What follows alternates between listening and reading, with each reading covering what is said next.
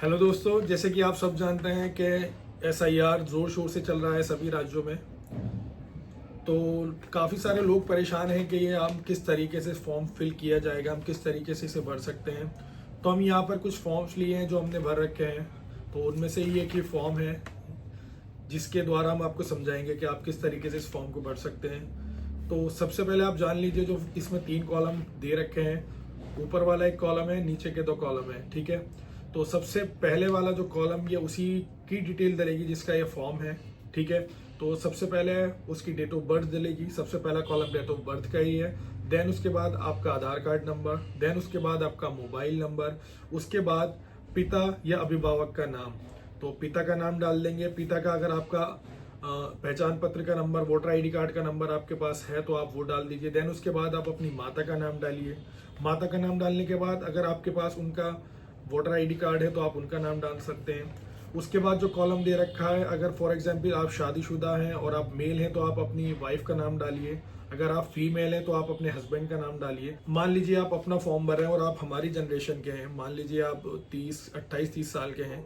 35 साल से नीचे किसी भी बंदे का नाम 2003 की लिस्ट में नहीं होगा, ठीक है। उनके माता पिता, दादा दादी या नाना नानी, किसी भी एक व्यक्ति का नाम होना चाहिए, ठीक है। तो अगर आप हमारी जनरेशन के हैं, आपका नाम 2003 की लिस्ट में नहीं है, तो आपको फॉर्म की राइट साइड भरनी है जहाँ पे आपके किसी भी सदस्य फैमिली मेंबर का नाम होगा।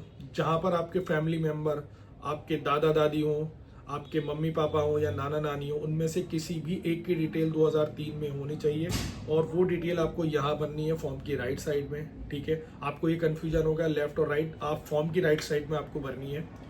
तो सबसे पहले है नाम जिसका भी 2003 की लिस्ट में नाम होगा।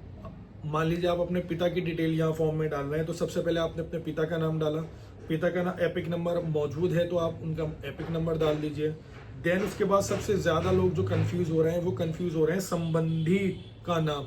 तो संबंधी के नाम में जो कंफ्यूज हो रहा है, मैं उन लोगों को बता देता हूँ। हमने काफ़ी बीएलओ से बात की है, तो वो जो भरना है संबंधी के नाम में डलेगा जो भी, जिसका भी डिटेल आप डाल रहे हैं। फॉर एग्जाम्पल आप अपने पिताजी की डिटेल इसमें टॉप पे डाल रहे हैं, तो पिताजी के पिता का नाम यहाँ डलेगा, यानी कि आपके दादाजी का नाम यहाँ पर डलेगा। फिर नीचे आप लिख देंगे संबंध पिता।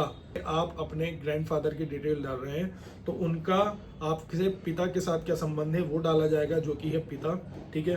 फिर ज़िला जो है, ज़िला मुरादाबाद है, जैसे कि हमारा, तो हमने मुरादाबाद डाल दिया। आपका जो भी ज़िला हो, और निर्वाचन क्षेत्र की संख्या जो भी है आपकी, यहाँ हमारे निर्वाचन क्षेत्र की संख्या है वो हमने डाल दी है, ठीक है। और सबसे ज़्यादा ज़रूरी चीज़ है ये हमारे पास 2003 की लिस्ट है हमारे एरिया की, ठीक है।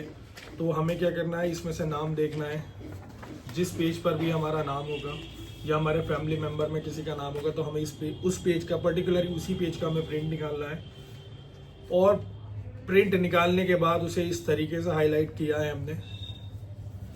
प्रिंट निकालने के बाद हमें ये हाईलाइट करके अपने फॉर्म के साथ, हर उस फॉर्म के साथ स्टेपल करना है जो भी हम लोग सबमिट कर रहे हैं, ठीक है। तो बस यही है, ज़्यादा कुछ इसमें नहीं है। और हाँ, मेन चीज़ याद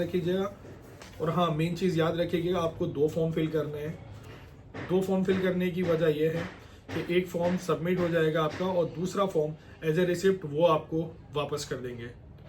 होप आप सबको समझ आ गया होगा, जानकारी अच्छी लगे तो सब्सक्राइब भी कर लीजिएगा।